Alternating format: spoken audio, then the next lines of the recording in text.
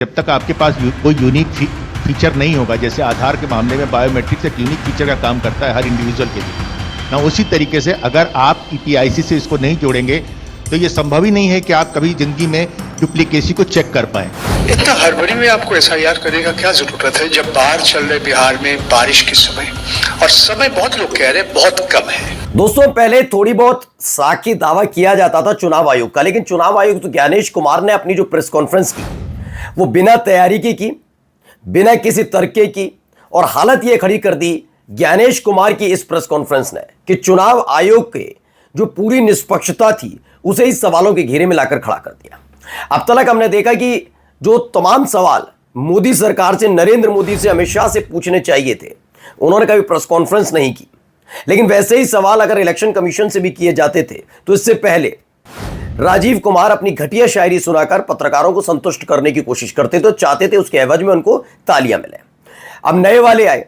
ज्ञानेश कुमार को पूरी उम्मीद थी कि राजीव कुमार का कार्यकाल जैसे बीता, चाहे विवादों में बीता हो, लेकिन कोई सवाल नहीं कर पाया। इस बार भी कुछ ऐसा ही होगा, लेकिन उस दौर में अंतर है। पहले सबूत इकट्ठे किए जा रहे थे, तब तक राजीव कुमार चले गए, और उसके बाद ज्ञानेश कुमार आए तो सबूत इकट्ठे कर लिए गए, ऐसा दावा विपक्ष ने किया। और जो सबूत सामने रखे गए हैं उसने गला सुखा दिया है चुनाव आयोग का, चुनाव आयुक्त का। अब इलेक्शन कमीशन प्रेस कॉन्फ्रेंस के लिए आया, तैयारी थी नहीं, राजेश खन्ना वाले डायलॉग मारे जा रहे थे, एक एक करके ऐसे ऐसे बयान दिए जा रहे थे जो तर्क की श्रेणी में तो नहीं आते, कुतर्क मराते हैं, और जो कम से कम एक जिम्मेदार व्यक्ति से उम्मीद भी नहीं की जाती। अब वहां जो पत्रकार बैठे थे, जैसे ही ज्ञानेश कुमार ने महिलाओं के सीसीटीवी वीडियो को लेकर एक जिक्र किया, उसके बाद पत्रकारों ने हमला बोल दिया। ऐसा हमला बोला है कि गला सूख गया ज्ञानेश कुमार का। आज आपको दिखाऊंगा कि भारी प्रेस कॉन्फ्रेंस में ज्ञानेश कुमार की कैसी फजीयत हुई है। एक ऐसा सवाल जिसका जवाब ज्ञानेश कुमार के पास था ही नहीं। हाँ, एक गिलास पानी था, वो बार बार पीते रहे, पत्रकार पूछते रहे, वो पानी पीते रहे, बस पानी पीते रहे, और पत्रकार सवाल पूछते रहे। और इससे पता लग गया कि हमारे देश के मौजूदा चुनाव आयुक्त हैं कितने बुद्धिजीवी हैं। नमस्कार, मैं हूं प्रज्वल गौतम और आप देख रहे हैं the live TV. The live TV, सच सबसे आगे। आज की बड़ी खबर दोस्तों यही है कि पहले हमने कभी इस तरीके से नहीं देखा था कि इतने खुलकर सवाल किसी से किए जा रहे हैं। ये पहली दफा है जब ज्ञानेश कुमार को आज महसूस हो रहा होगा कि गलत समय पर मैं चुनाव आयुक्त बन गया। मुझे लगा था चुनाव आयुक्त का मजा लूंगा, पद पर बैठूंगा, जो बोल दूंगा उस पर तालियां बजेंगी, लेकिन ऐसा हुआ नहीं। पहला जरा सवाल सुनिए, इस सवाल को सुनकर बताइए गलत है या सही है। पहला सवाल। नाम मुकेश कुमार सिंह है, मैं एक फ्रीलांस जर्नलिस्ट हूं। मैं आपसे बस यहाँ पे 1 मिनट रोक रहा हूं, इसलिए हूं क्योंकि फ्रीलांस जर्नलिस्ट बोला है। आगे जितने भी आपको सुनाने जा रहा हूं पत्रकारों ने फजीयत की, वो याद रखिएगा, कोई भी न्यूज चैनल, एक भी गोदी चैनल का पत्रकार नहीं है जिसकी हैसियत हो कि वो सवाल पूछ लेता। सारे के सारे सवाल ज्यादातर फ्रीलांस जर्नलिस्ट ने ही पूछे हैं, जिसने ज्ञानेश कुमार का गला सुखा दिया। यानी सोचिए एजेंडे के तहत इस देश की पत्रकारिता काम, जो बड़े बड़े पत्रकार है, न्यूज चैनल कैसे काम करना। फिलहाल ये फ्रीलांस जर्नलिस्ट है, सुनिए मुकेश कुमार। कि इस बात का ग्रेडिंग कैसे की जाएगी कि जो अभी आपने उदाहरण देके बताया कि ईपीआईसी में एक आदमी नाम डुप्लीकेट करेगा, जब तक आपके पास कोई यूनिक फीचर नहीं होगा, जैसे आधार के मामले में बायोमेट्रिक्स एक यूनिक फीचर का काम करता है हर इंडिविजुअल के लिए ना, उसी तरीके से अगर आप ईपीआईसी से इसको नहीं जोड़ेंगे तो यह संभव ही नहीं है कि आप कभी जिंदगी में डुप्लीकेसी को चेक कर पाए, चाहे कितने एफर्ट्स कर ले। यहां आपको टेक्नोलॉजी की ही मदद लेनी पड़ेगी, मैनुअली ये ह्यूमनली पॉसिबल नहीं है। और इसी से जुड़ा हुआ सवाल यह भी है कि जब इस तरह की चीजें हमारे सामने आती हैं, यानी डुप्लीकेसी चेक करने की, वही डुप्लीकेसी हमारे सामने जब वोटर लिस्ट में सामने आती है तो एक नया बखेड़ा खड़ा होता है। आप चुनाव आयोग के सामने सबसे इंपॉर्टेंट चीज यह है कि अगर किसी चीज की शिकायत की जा रही है तो क्या चुनाव आयोग सबसे पहले शिकायत की जांच करने पे जोर देगा, या शिकायतकर्ता कौन है उसकी जो है वो कलई खोलने पे जोर देगा। ये एक ऐसी सवाल, एक कॉन्स्टिट्यूशनल इंस्टीट्यूशन पे इस तरह का दाग भी लगना अपने आप में शर्मनाक है। तो इन्होंने सवाल पूछा, जानते जवाब क्या था? बस पानी पी लिया। चलिए, फ्रीलांस जर्नलिस्ट है मुकेश सिंह, इसलिए शायद पूछ लिया। आया दूसरा सवाल सुनिए, इन्होंने भी जो सवाल किया। गुहा ठाकुर है, मैं फ्रीलांस जर्नलिस्ट हूँ। परंजॉय तो नाम ही नहीं सुन पा रहे थे इनका। Sir, few questions. इतना हड़बड़ी में आपको एसआईआर करने का क्या जरूरत है जब बाहर चल रहे बिहार में बारिश के समय, और समय बहुत लोग कह रहे हैं बहुत कम है। आपको सुप्रीम कोर्ट ने आदेश किया 14 तारीख के दिन, आपको मशीन रीडेबल जो 65 लाख लोग का नाम नहीं है तो आपको देना पड़ेगा, इससे पहले आपने क्यों नहीं दिया? आखिरी सवाल है कि महाराष्ट्र। चलिए यहाँ पे मैं छोड़ते हो क्योंकि बहुत सारे सवाल इन्होंने पूछे थे, लेकिन दो मौजूद सवाल जो इस वक्त के हैं, दोनों सवाल पूछे। अगला कौन सवाल कर रहा है इस पर टाल दिया गया। सवाल इसलिए सुना रहा हूं दोस्तों, सोचिए कि फ्रीलांस जर्नलिस्ट कर रहे हैं। मैं बार बार इस बात पर जोर दे रहा हूं कि आप लोग कहते हैं कि क्यों भरोसा किया ना जाए गोदी मीडिया पर, तो आप समझ रहे हैं ऐसा नहीं था, वहां सारे फ्रीलांस जर्नलिस्ट बैठे थे, लेकिन रीढ़ की हड्डी अगर किसी की सीधी थी तो वो फ्रीलांस जर्नलिस्ट की थी।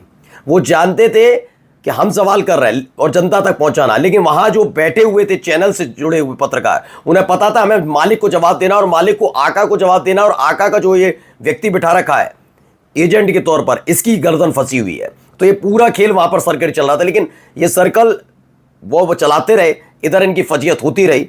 एक एक करके और भी सुनिए जरिए, देखिए न्यूज चैनल बैठकर क्या कहा जाए, सुनिए। मुझे लगता है कि बेहद बचकाना, बेवकूफाना और कड़ा शब्द है, फूहड़ किस्म का मूर्खतापूर्ण ज्ञानेश कुमार जी का ये प्रेस कॉन्फ्रेंस था।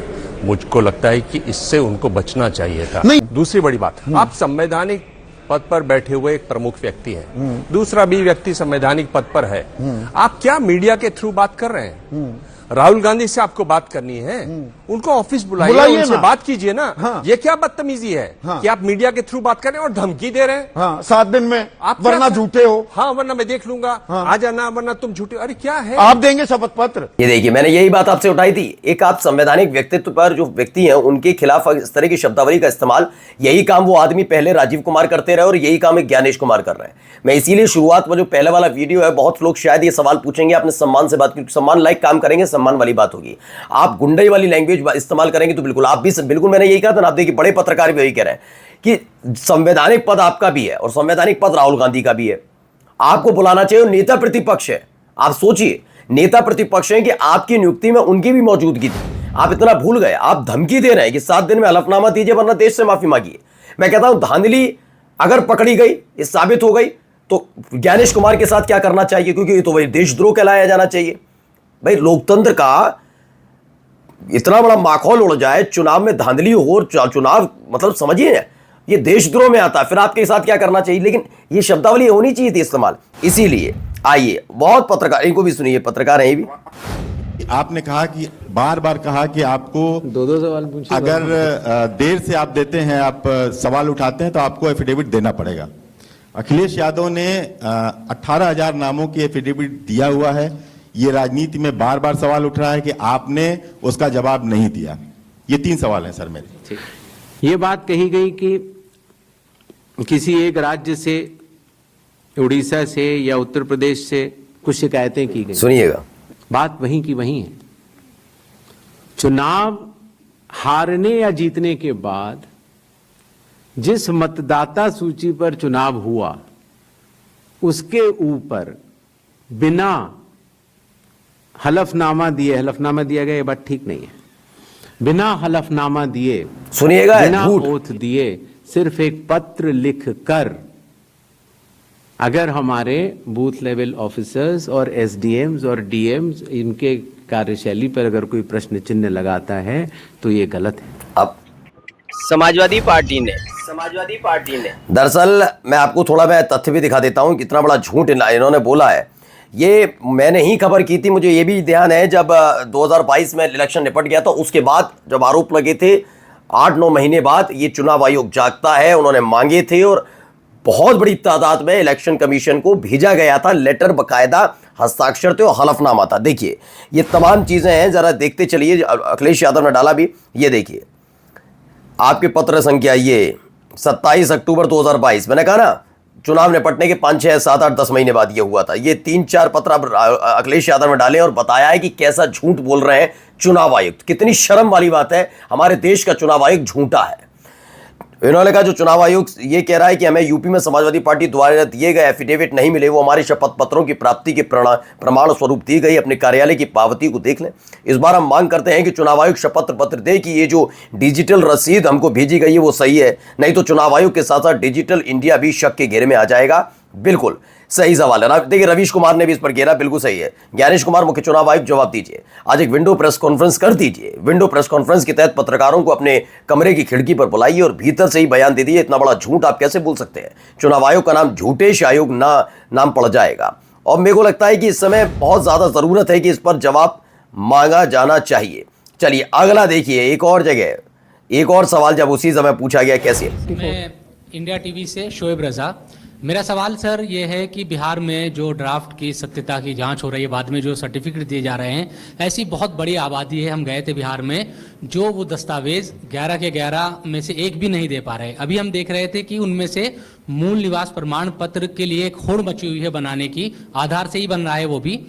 तो उन लोगों के लिए मुश्किल ही हो रहा है कि जो 15 दिन का अब समय बचा है, उसमें भी अगर वो मूल निवास प्रमाण पत्र या इस तरह कोई सर्टिफिकेट नहीं बनवा पाते और एक बड़ी आबादी ऐसी रह जाती है जिसकी सत्यता नहीं होती, तो उनके लिए आप लोग क्या करेंगे? तो पद खबर मिली कि इनका भी सवालों का जवाब नहीं दे पाए। मैंने कहा ना, पत्रकारों ने इस बार जबरदस्त तरीके से जो करना चाहिए, वाकई असली पत्रकारिता जो रुकी हुई थी वो यहां पर देखने को मिल रही। चलिए अगली खबर देखिए।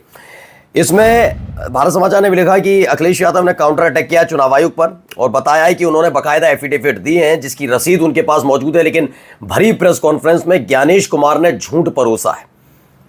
अब आप इस आदमी से किस तरह की उम्मीद करेंगे? यह आदमी कुतर्की है, गंदी और बहुत गंदा तर्क इन्होंने रखा। महिलाओं वाला जो सीसीटीवी वाला था, बहुत गंदा तर्क है। मैं यकीन बता के चल रहा हूं कि ऐसा तर्क संवैधानिक पद पर बैठा हुआ व्यक्ति जो अपनी साख बचाने के लिए माहौल क्रिएट करे, गंदा। दूसरा, राजेश खन्ना के डायलॉग, पहला वाले थे वो सड़ी गली शायरियां सुनाते थे, राजेश खन्ना के डायलॉग सुना रहे थे, घर नहीं है किसी पर, वो नहीं है, ये नहीं है, तमाम चीजें। अब आइए अगला, ये क्या कह रहे हैं जरा इनको सुनिए। उनकी अनुमति के बिना मीडिया के समक्ष रखी गई, अच्छा, उनके ऊपर आरोप लगाए गए, उनका इस्तेमाल किया गया। क्या अपनी माताओं, बहुओं, बेटियों सहित किसी भी मतदाता की सीसीटीवी वीडियो चुनाव आयोग को साझा करनी चाहिए क्या? हाँ, करना चाहिए। अब देखिए यहां क्या हो रहा था, पता था आपको ज्ञानेश कुमार ये किसी और काम में लगे हुए थे? ये देखिए, क्या ये काम पुलिस का होता है क्या, ऐसे चेक करने का? पहले कोई पुलिस का अधिकार नहीं होता। अगर आपको नहीं मालूम तो अंदर जाकर मतदाता सही है गलत है वो अंदर जाकर चेक होता है। चुनाव आयोग की तरफ से जो अंदर अधिकारी होते हैं, निर्वाचन अधिकारी, उनकी जिम्मेदारी होती है अंदर जो नियुक्त किए जाते हैं, बीएलओ वगैरह जो भी अंदर है। ये पुलिस वालों का काम नहीं होता। लेकिन पुलिस वालों ने ये किया था, तब आप सो रहे थे क्या? क्या आपको पुरानी चीजें पता नहीं है क्या?